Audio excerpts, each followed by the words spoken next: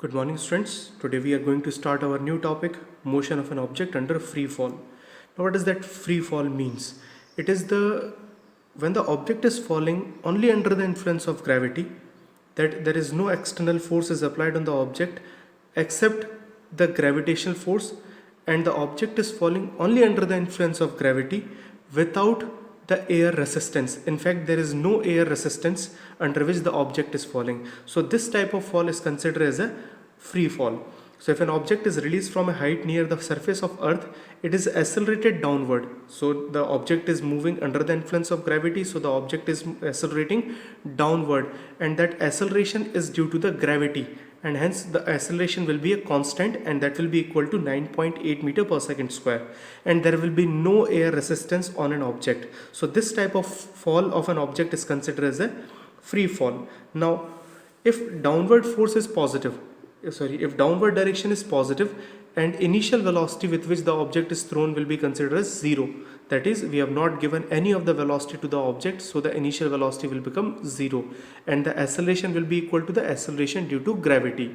So our equation 3 equation can be written as we know that v is equal to u plus at, since u is equal to 0 and a is equal to g, so this equation can be written as v is equal to gt. Similarly, second equation is s is equal to ut plus half at square, since u is 0 and in place of a we can write g, so it will be s is equal to half gt square. And third equation is v square minus u square is equal to 2as. Similarly, here u will be 0 and acceleration will be equal to g, and the distance s can be written as h. So this third equation can be written as v square is equal to 2gh. This is the condition when the downward direction is considered as a positive, but if the downward direction is considered as a negative, then automatically the g will become, so acceleration will become minus g, and our three equation can be written as v is equal to minus gt, s is equal to minus half gt square, and v square is equal to minus 2gh. So these are the free fall when the direction are taken as a positive as well as negative. Now there are some graph of free fall. When first is acceleration with time. This is the acceleration time graph, this is velocity time graph, and this is displacement or position time graph. So acceleration is remaining constant, so we can say that, and when the object is coming downward, so we can say that, and the direction is considered as negative, so acceleration will be in the negative direction, but the acceleration will be constant, so the graph will be a straight line parallel to the time. Now velocity is continuously increasing in opposite direction or in downward direction. Listen here, these all the three graphs are considered when we have taken downward direction negative. Okay, so all the graphs are plotted in the fourth quadrant. Here the acceleration due to gravity is constant, here the velocity is increasing with respect to the time, but it is reducing, but it is moving downward, since the velocity is increasing but the direction is negative, and hence we have drawn that this graph in a fourth quadrant. Similarly, displacement is also increasing, but it is increasing in the negative direction. So these are the three graphs of acceleration time, velocity time, and position time graph. Now comes the reaction time. What is the reaction time? Reaction time is considered as it is a time taken to react on any of the situation. It is a time taken by a person to observe, think, and act. Whenever something is happening, then we need to take some time to observe the thing, then we have to think over it, and after that we have to act on the incident. So the whole time consuming will be considered as a reaction time. So here we have considered one example, or we can say that it is an activity or experiment. We can say, whenever we can measure reaction time by a simple activity, take a ruler and ask your friend to drop it vertically through the gap between your thumb and finger. Ask your friend to drop a scale ruler like this, उसको ऐसे पकड़ के उसको छोड़ना है, and you need to hold that scale like this only. Okay, so what distance that ruler have taken and how much time you have taken to catch the scale or catch the ruler is known as the reaction time. So for example, the distance moved by the scale will be considered 0.21 meter. Okay, and we will convert this into centimeter, that will be 21 centimeter.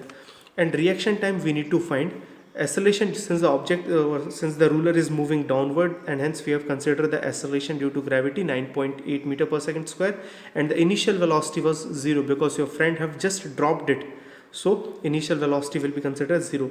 Now from equation of motion, s is equal to ut plus half at square, so the distance will be 0.21, we have considered it in a meter. Initial velocity was 0, so the whole term will become 0, and half at square will be considered as half 9.8 into t square. We need to find out the value of t. So when we'll solve this, we'll get t is equal to 0.2 second. So this will be the reaction time. Means you need 0.2 second to observe the thing, to think over the incident, and to act over the incident. So the whole time consuming will be 0.2 second. So this is all about the reaction time. Now comes the relative velocity. This is important topic. There is one example given in your book based on the relative velocity, and it is very important topic. The relative velocity of one object with respect to another object is the velocity with which one object moves with respect to another object. It is a simple thing. When one object moves with respect to the another object, so we are considering the velocity because we need to relate the velocity of one object with respect to the other, and hence this is considered as a relative velocity. So the relative velocity of one object with respect to another object is the velocity with which one object moves with respect to another object. Hence relative velocity is the time rate of change of relative position of one object with respect to another. बड़ी simple सी चीज़ है, जब whenever the two objects are moving in a straight line, suppose you and your friend are moving on a bike, then you seems to be like a static for your friend, and your friend seems to be like a static with respect to you. So the relative velocity of the two objects will be considered as a relative velocity.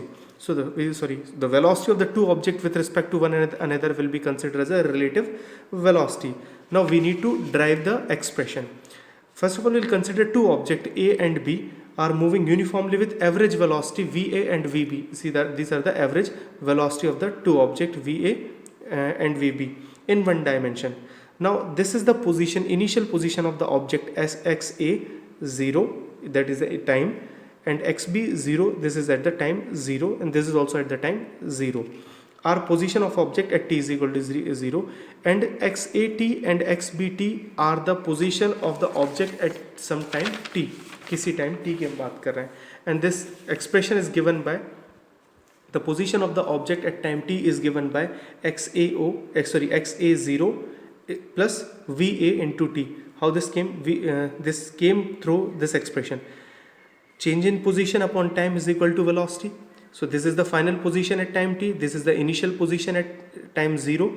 Upon t will be equal to va. This is the velocity of the object A. Similarly, velocity of the object B can be written as xbt minus xb0 upon t. So these two expressions can be written in the form of xat is equal to xa0 plus vat, and xbt is equal to xb0 plus vbt. So here we do have two values, xa at t and xb at t. Then the displacement between the object. Now what will be the displacement? So we need to find out the difference between the two positions at time t. So this thing can be given by xbt minus xat. Okay, and xbt minus xat can be written as xba. Okay, this is the position of b. This is the position of b with respect to a, can be written as position of b at time t minus position of a at time t. Now we'll substitute the value of xbt and xat from these two equations. ये हमने यहाँ पे substitute की, and will get xb0 minus xa0. we have taken this t common after subtracting it, so we'll get vba minus va. Okay,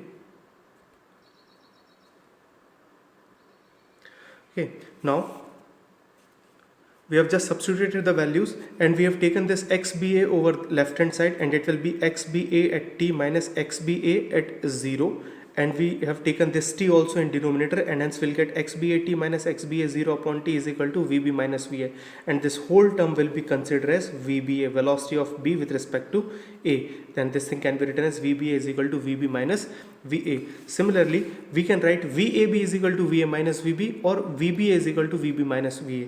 So whatever the velocity with respect to another object will be equal to the velocity of first object minus velocity of the second object. So we can say that velocity of object A with respect to velocity of object B from above two equation can be written as, from these two equation we can say that VBA is equal to minus VAB, because अगर हम एक में से किसी में से भी negative common लेंगे तो ये VBA के बराबर बन जाएगा. So this is all about the relative velocity. This formula is very important. These two formulas are very important in order to find out the relative velocity of object with respect to another object. So there are certain cases if when the two objects are moving in the same direction, अगर दोनों object same direction में move कर रहे हैं, then what we'll do, we'll simply consider v velocity of object A with respect to B can be written as VA minus VB, और vice versa हो जाएगा, VBA can be written as VB minus VA. You have to remember one thing, whatever be the first value, यहाँ पे पहले A है तो यहाँ पे A में से B को subtract करना पड़ेगा, यहाँ पर अगर B है तो यहाँ B में से A को subtract करना पड़ेगा, VB minus VA. So like this way we can find out the velocity, relative velocity of the two object when the two object are moving in the same direction.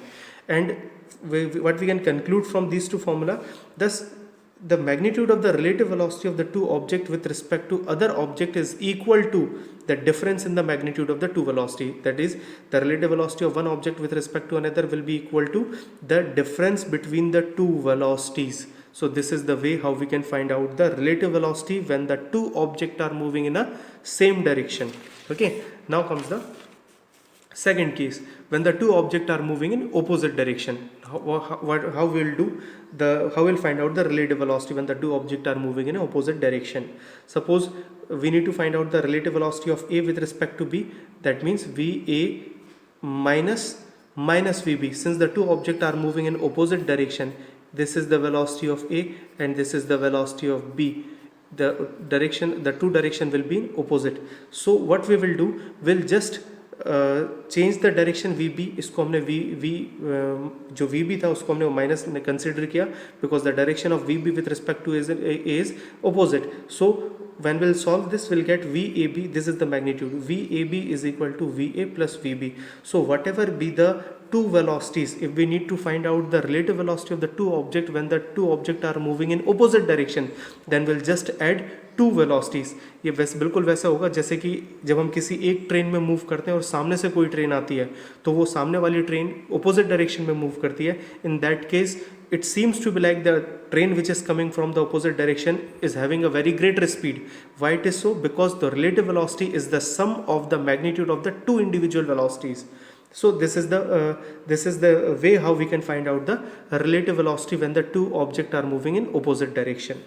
Okay, now there is some position time graph for relative velocities. First case, when VA is equal to VB.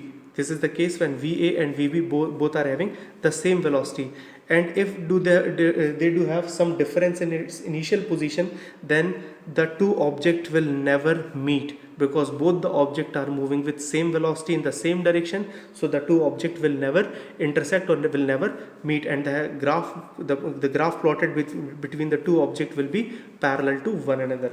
So this is one side. Now second side, if the two objects are moving side by side, then the position time graph will be parallel to the time axis. So this is the second this is the second graph. Now when VA and VB are different, here we have taken first case when VB is greater than VA. When VB is greater than VA, so this graph is moving upward and the graph is getting diverted. एक ऊपर की तरफ जा रहा है और एक थोड़ा नीचे. So that this gap is increasing, which shows that the two object will never intersect because जो second object है, the second object do have a greater speed and it is moving ahead, and the second object is having smaller velocity. एक कोई आगे वाला object बहुत तेज speed से आगे जा रहा है and second object धीरे धीरे करके आगे जा रहा है. So the object will never meet because the gap between the two objects is continuously increasing. So this graph shows that whenever the VB, the velocity of second object is greater than the velocity of first object, then the graph will never intersect.